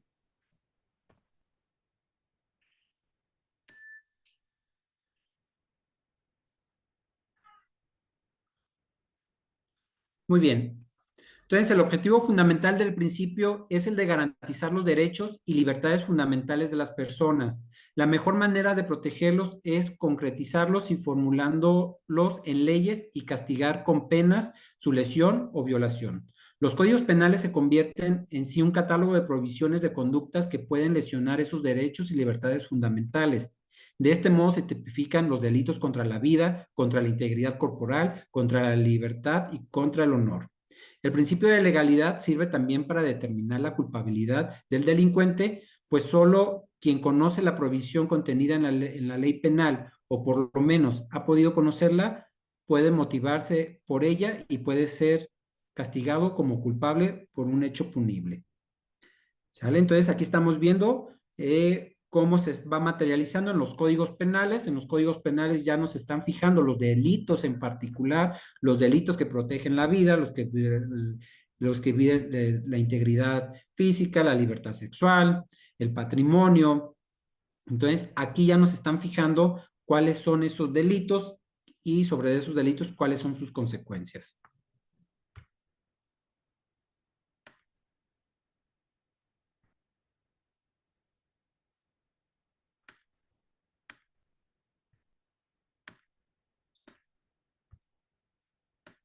Y bueno, este principio también nos abarca lo siguiente.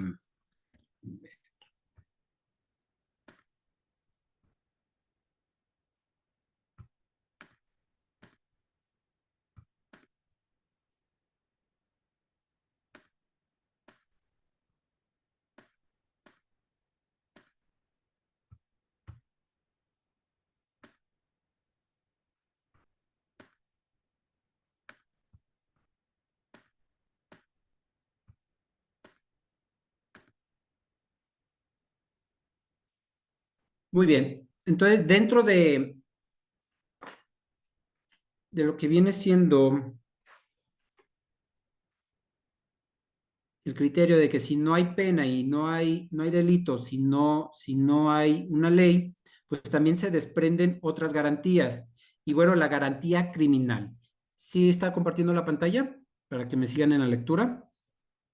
Sí, doctor. Muy bien. Sí, señor. Entonces, de este principio de que no debe de haber crimen si no hay una pena, y si no hay una ley, se desprenden las siguientes garantías, que es la garantía criminal. Trae consigo la exigencia de que el comportamiento criminal se encuentre especificado por una ley. ¿Sale? Entonces, aquí lo podemos materializar como los códigos penales. Y también debe de haber una garantía penal. Es necesario que en la ley se precise la pena correspondiente al delito específico y regulado. Entonces aquí ya nos da una seguridad jurídica y ya podemos, ustedes como abogados, pues ya pueden dar una asesoría de decirle cuál es la consecuencia del delito y sobre ese delito, pues la persona pues tenga más seguridad de lo que es responsable y de lo que no es responsable. Y bueno, también debe de tener una garantía jurisdiccional. Para que una conducta sea determinada como delito y el sujeto se le pueda imponer una pena, debe haber una sentencia emitida por un órgano jurisdiccional previamente establecido, ¿sí? Entonces, aquí ya no es como el procedimiento el anterior que viene siendo el inquisitivo, no. ¿Cuál era el anterior al proceso oral adversarial? Sí, no, al inquisitivo. Bueno, que en esas ocasiones, pues el juez no se encontraba presente. Entonces aquí ya este principio nos da la garantía jurisdiccional que el juez debe de estar presente en todo el procedimiento para que no se vulnere ningún derecho. Entonces aquí es donde deben de entrar todas las garantías fundamentales del proceso, del debido proceso, que es un derecho fundamental. Hoy ya lo vamos a ver en el catálogo, que les va a servir bastante. Entonces, sobre este derecho fundamental que viene siendo el debido proceso, pues si hay una sentencia condenatoria, pues puedes analizar todo cómo sucedió todo el proceso, aplicar la violación al debido proceso y se repone, ¿no? Entonces, sí es muy importante tener esta garantía y conocer muy bien cuál es el procedimiento y cuáles son las violaciones. Además, tenemos la garantía de ejecución. El cumplimiento de las penas impuestas debe de estar regulado en una ley y lo mismo se requiere para las medidas de seguridad. Además, el órgano responsable de la ejecución no debe ser el mismo órgano jurisdiccional que emitió la sentencia, ¿sí? Entonces, aquí tenemos pues, la ejecución. También un delito, pues en ocasiones tiene, bueno, pues muchos delitos tienen, se les puede aplicar un criterio de oportunidad para que la pena pues pueda ser, para que puedan tener una libertad anticipada o cumplir la reparación del daño y ya pues la persona que tiene una ejecución de una pena pues ya puede salir, ¿no? Igual las medidas de seguridad, si se les embarga alguna cuenta, si se les restringe, por ejemplo, salir del país para garantizar que el imputado no salga, para que no haya un riesgo de fuga y poder concretar el procedimiento, porque eso no debe de haber una limitante de seguir ese procedimiento, pues se aplican medidas de seguridad, medidas provisionales, entonces todo eso parte de la ejecución, ¿sale? Ahora bien, de las normas que se contienen en esas garantías deben de reunir 3 exigencias y pues la tenemos.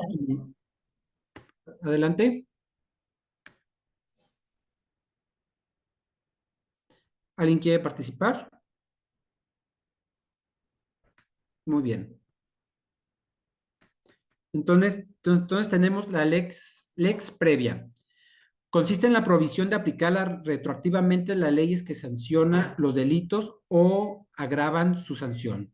El sujeto debe de tener la posibilidad de saber los alcances de su comportamiento y en su caso, si se atribuye delito y la sanción correspondiente.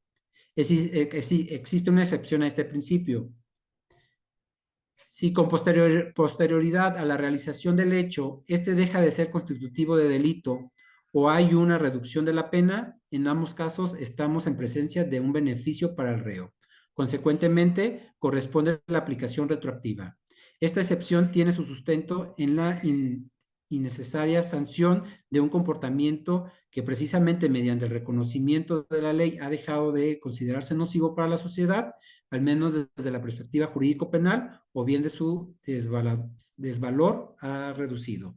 Muy bien, aquí tenemos un ejemplo, puede ser el delito de aborto, ¿sale? En algunos países pues ya ha dejado de ser un delito, entonces si la persona que fue privada, si está cumpliendo una pena por ese delito y al ya no establecerse como delito, pues debe de tener su libertad y debe de tener esta retroactividad aplicada. En donde no se puede dar, digamos, si yo cometo un delito de privación ilegal de la libertad, pero después de mi comportamiento, de esa prisión ilegal de la libertad, la configuran, digamos, es de 30 años de prisión, pero después la extienden a 59 años de prisión, pues ahí ya, cuando yo soy condenado con la anterior ley, pues ya no me pueden aplicar esa pena tan severa, o esa modificación de la pena, pues ya no me la pueden aplicar. ¿Sale? Tenemos que debe también de ser lex scripta. Se refiere a la exclusión de las costumbres como fuente de delito y penas. Es necesario la presencia de una norma escrita que tenga el rango de ley derivada del Poder Legislativo, pues no pueden regular delitos, otro tipo de ordenamientos emanados del órgano distintos. ¿Sale? Y debemos de tener la lex stricta. Provisión a la analogía. Y bueno, esta es la aplicación del derecho, trae consigo la necesidad de su interpretación, pero los alcances de esta tienen límites, no puede derivar de una aplicación de la ley por juicios analógicos que impliquen perjuicios al reo. ¿Sale? Entonces, aquí no se puede dar analogía, no sé si han escuchado ese concepto. En los juicios, pues debe de verse específicamente sobre los hechos que se están imputando para poder configurar o poder acreditar la responsabilidad o no sobre un hecho que con apariencia de delito o de su responsabilidad. Entonces, no puede ser por analogía esa aplicación, ¿sale? ¿Dudas hasta aquí? ¿Cómo vamos? No sé si se entendió, si me siguieron, ¿tienen alguna duda sobre este principio de legalidad?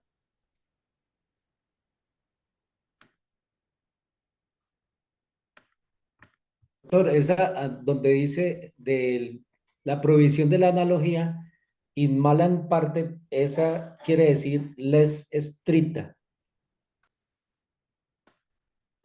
Sí, que es, digamos, la ley estricta. ¿Qué es la ley estricta? Lo que dice la ley. ¿Cómo vas a tipificar un delito? Pues con los presupuestos que está en la ley. No puede ser por analogía. Digamos, un ejemplo.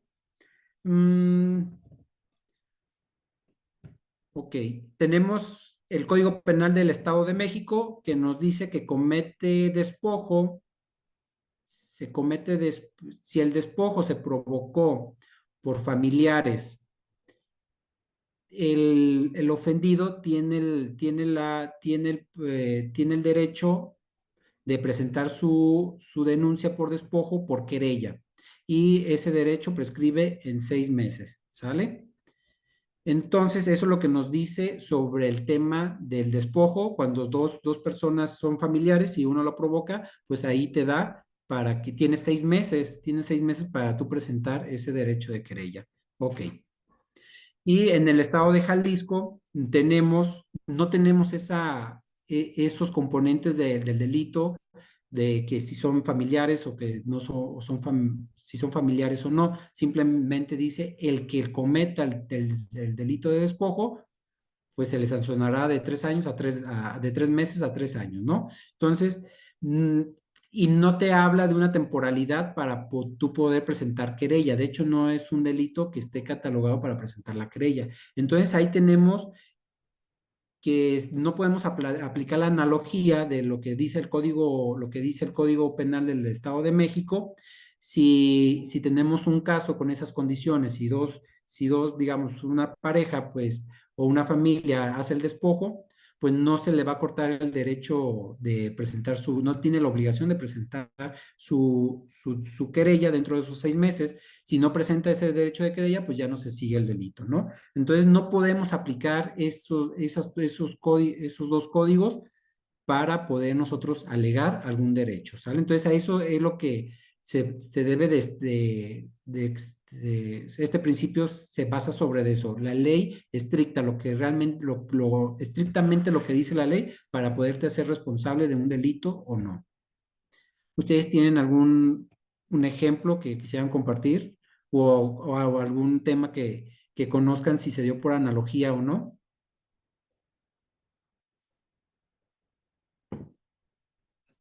no sé si se entienda, es la ley estricta, nos tenemos que basar estrictamente a lo que dice la ley para nosotros poder hacer exigible. Si la ley no me está diciendo que un delito se sigue por querella o por oficio, entonces sí debe de estar bien marcado cuál es el requisito de procedibilidad para poder avanzar, porque de ahí pues se caen algunos asuntos y ya no tiene caso seguir una investigación.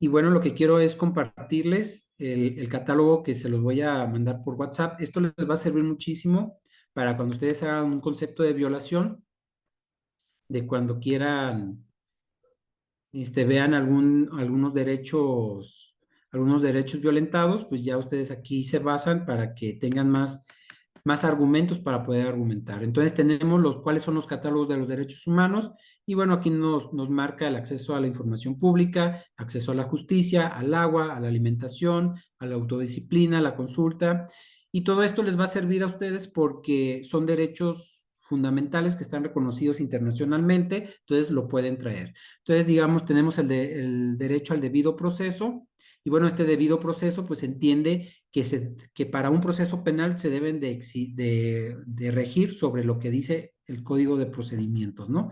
Y se debe de respetar cada derecho y cada acto procesal, como dice el Código. Hoy les pongo un ejemplo.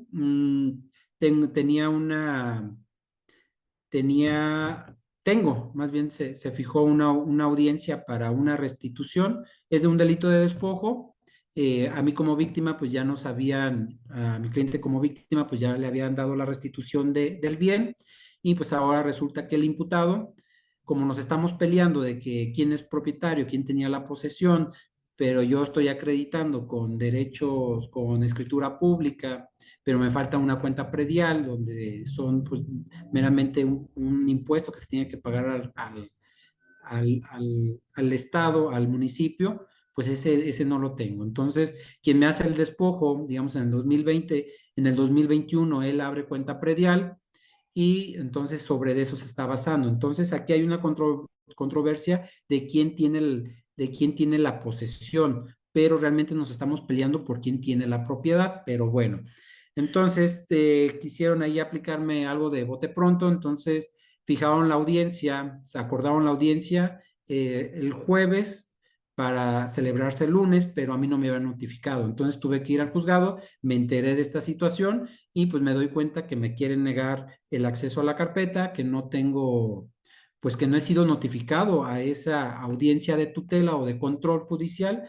Entonces digo, espera, aquí está pasando algo. Yo tengo el derecho a mí como en la Constitución Política de los Estados Unidos Mexicanos, nos establece el derecho de contradicción. El derecho de contradicción nos dice que el juez no puede, el juez no puede celebrar ninguna audiencia si no está la presencia de la otra parte, ¿no? Entonces, hoy pues me pongo a realizar el escrito y les hago sabedor al juzgado, decir, oye juzgado, me estás violentando este derecho, nada más para que te pido que me notifiques con las formalidades de ley. Entonces ahí yo estoy exigiendo el principio de legalidad. Ahí a mí se me estaba afectando mi principio de legalidad y de debido proceso. De legalidad, ¿por qué? Porque la Constitución Política me está reconociendo un derecho, que es el derecho de concentración. Y ese derecho de contradicción, pues me estás limitando a una audiencia que no he sido llamado con las formalidades, ¿no? Entonces, pues ya sabrá el juzgado si me notifica o no.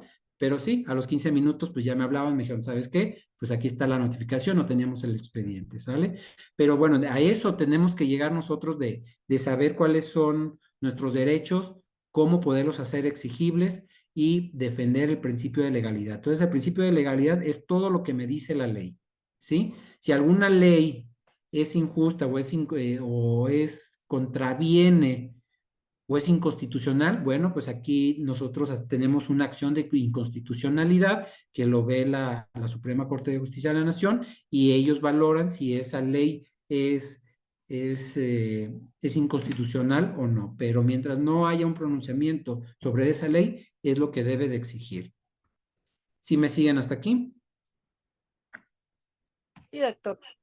Muchas Muy gracias. bien. Sí, señor, sí, señor.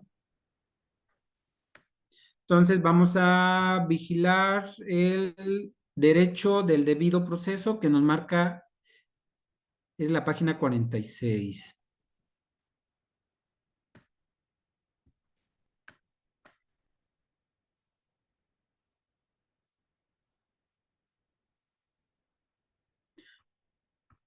Muy bien, entonces aquí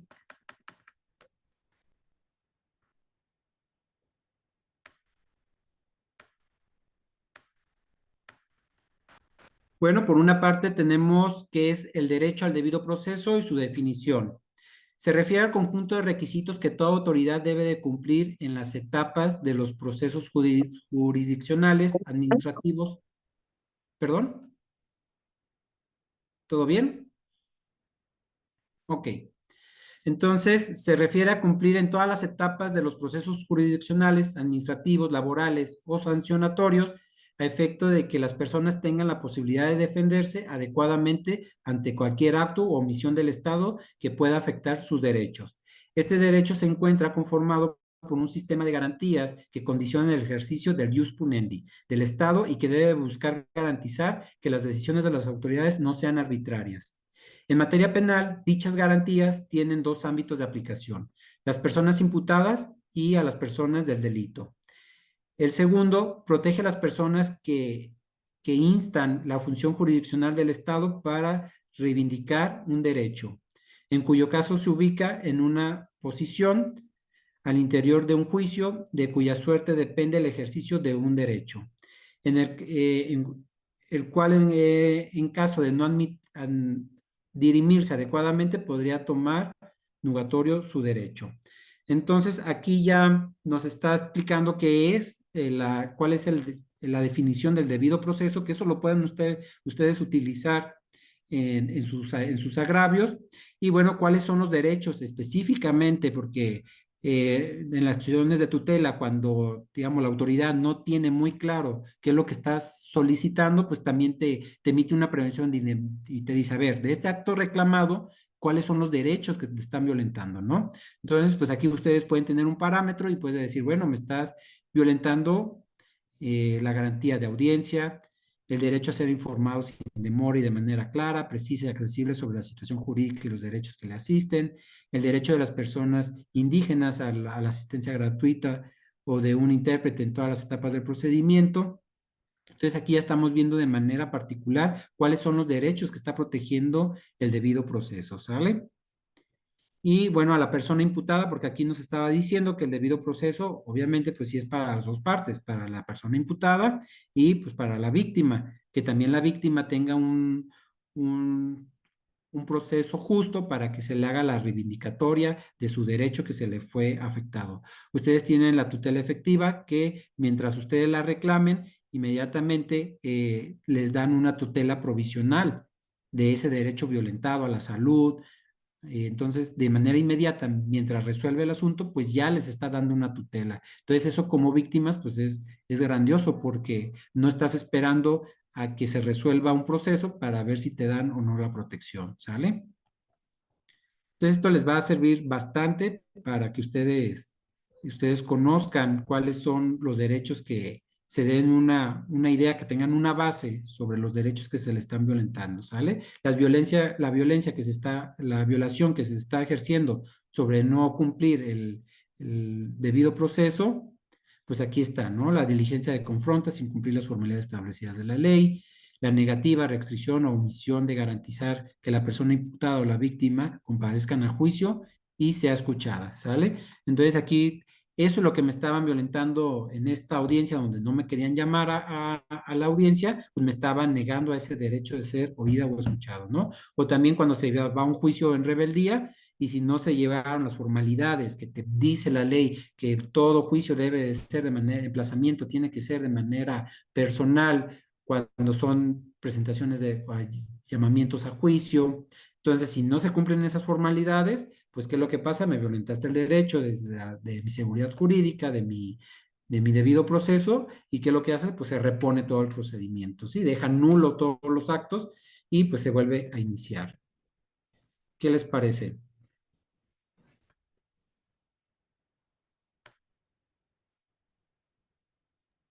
Excelente, licenciado. Muy bien, ¿Mande? doctor. Doctor, usted nos envía este documento, ¿cierto? Sí, ahorita se los envío. Y bueno, vamos viendo qué otro derecho quieren. El derecho de petición, ese es muy interesante. A la movilidad. Entonces aquí les digo, tenemos todos los derechos reconocidos, ya ustedes lo verán ahí con calma. Entonces, ¿qué tal? ¿Sí se entendió el concepto del principio de legalidad? Sí, doctor, muchas gracias. Doctor, muy amable. Muy bien, chicos, pues yo creo que damos por terminada la clase. Yo creo que abarcamos lo interesante, ya cerramos qué es la dogmática jurídica, ya quedó claro qué es nuestra forma de estudio, comprendimos la importancia de tener un derecho, un Estado democrático, porque en ese Estado democrático tenemos la certeza jurídica de que el Estado no va a actuar de manera arbitraria con nosotros, con las personas, con sus gobernantes, sino que tenemos una seguridad jurídica, ¿no? Que está respetada por la Constitución política, que está reconocida en su Código Penal, que ustedes pueden llamar a los derechos internacionales para poder sustentar más su derecho de defensa o de petición. Y bueno, ya con el derecho de legalidad, pues es eso, nos vamos a basar a lo que dice la ley. Mientras la ley no cambie, pues es la ley que se va a aplicar y es el objeto de estudio al que nos vamos a nosotros a dedicar, ¿sí? En las siguientes clases, pues ya vamos a ver un poquito más los conceptos de delito y las maneras de tipificación y bueno, va a ser más abundante. ¿Qué otro tema? ¿Algo que quieran compartir, algo que quieran rebustecer a esta conclusión? Profesor, si me permite participar. Adelante, Julieta. Muchas gracias. Es que estaba yo por aquí, tenía por aquí algo del principio de legalidad y me pareció importante agregar, aunque por allí lo nombraba, pero de forma diferente. Y encontré que la importancia del principio de legalidad son 3 pasos más o menos. El primero sería la protección de los derechos individuales, el cual garantiza que las personas solo puedan ser sancionadas por conductas que hayan sido claramente definidas como delictivas por una ley previa, protegiendo así sus derechos y libertades. El segundo sería la seguridad jurídica que proporciona certeza y previsibilidad en la aplicación del derecho penal, permitiendo a los ciudadanos conocer de antemano las consecuencias de sus acciones. Y el tercero sería la limitación del poder estatal, que impide que el Estado pueda castigar arbitrariamente, asegurando que solo se apliquen sanciones conforme a las leyes previamente establecidas y promulgadas. Ese es mi aporte, profesor. Muchas gracias. Muy bien, muchas gracias. Bien, entonces aquí estamos viendo de leyes, las leyes que te van a decir cuáles son las conductas, la seguridad jurídica, de saber si cometes el delito, cuál es la responsabilidad, o también si te cometen algún delito, si eres víctima de algún delito, pues saber a qué es a tus alcances que puedes tener, ¿no? Para una restitución sí, una reparación del daño, perdón, que te hagan una reparación del daño justa y adecuada y la limitación del poder estatal. Muy bien, en esta ocasión les voy a dejar una lectura que es la novela de Kafka para que la puedan leer y puedan comprender un poquito cómo esa persona pues no tenía ni idea del delito que se le estaba acusando y pues cambió todo su panorama, ¿no? Entonces, no es necesario que terminen la lectura, pero que sí lean los primeros 2 o 3 capítulos para que vayan comprendiendo, porque esto no se acaba, esto sigue siendo, ustedes deben de exigir ese derecho a la legalidad, ¿sale? Entonces eso les va a ayudar y comprender de cómo pues sí, los órganos algunas veces se encuentran viciados y para que también tengan conocimiento, porque las personas que van y consultan con ustedes, pues van consultando con una y con otra persona, ¿no? Entonces, cuando lleguen con ustedes, que con ustedes les dé certeza, que les dé una seguridad para que ellos entiendan en dónde están parados y poder proteger sus derechos o defender sus derechos. ¿Les parece? Sí, señor, muchas Maestro, ¿me gracias. repite el nombre de la Disculpe, novela? maestro, es que no entendí el nombre de la novela. Ah, se las voy a mandar. Yo aquí la tengo ya descargada y deja ver. Si quiere para que ¿No está mirando? Se llama Franz Kafka, pero yo ya lo descargué, ahorita se los mando. Sí, es una novela literaria, no es, no tiene un tema jurídico, pues no es de estudio jurídico, es meramente, pues es una novela que hace una crítica a la forma de cómo las autoridades de manera arbitraria pues aplicaban el ius punendi, digamos, la aplicación de la ley penal, y pues esta persona que fue acusada por un delito, pero pues no sabía por qué delito, qué persona les había acusado, y bueno, ahora eso se materializa en la seguridad jurídica, en los derechos de legalidad, en los de debido proceso, que dice que cuando te presenten ante un juez, pues debe de haber una audiencia donde te imputen un delito, donde te digan cuándo cometiste el delito, circunstancias de modo, tiempo, lugar, quién es la víctima, quién te acusa, sobre qué hechos, la clasificación jurídica de ese hecho, depende de esa clasificación jurídica, pues ya te da cuáles son las consecuencias, si está clasificado como un delito de los que merece prisión preventiva oficiosa o no necesita, o no es necesariamente una privación de la libertad. Entonces, es ahí como que es una crítica a la que nos hace, ¿sí? Ese libro. Entonces, yo ahorita terminando, se los mando al grupo. Les mando este manual de derecho, este catálogo de violaciones de derechos humanos, que les va a servir bastante. ¿Sale? Muchas gracias, doctor. Gracias, doctor Muchas Edgar. gracias, maestro, muy amable. Muchas gracias. Muy amable. Bueno, pues damos por terminado. Que pasen una excelente noche y nos vemos la siguiente semana. Feliz noche, doctor. Que Nuevamente descanse. para usted, que tenga una feliz noche. Muchas gracias, maestro. Feliz noche. Dios lo Feliz bendiga. fin de semana. Gracias. Hasta luego. Hasta luego. Un feliz fin de semana para todos. Que Dios los bendiga. Doctor Buenas John, noches. Gracias. Algunos, para averiguarle, doctor John, para mañana tenemos clase al fin. Tan espectacular. No. Tiene Yoka, dejando para Ríos para tocar la pelota un poco más. El próximo jueves, Carlos. Muchas gracias, doctor John, muy amable. Feliz noche y feliz fin de semana.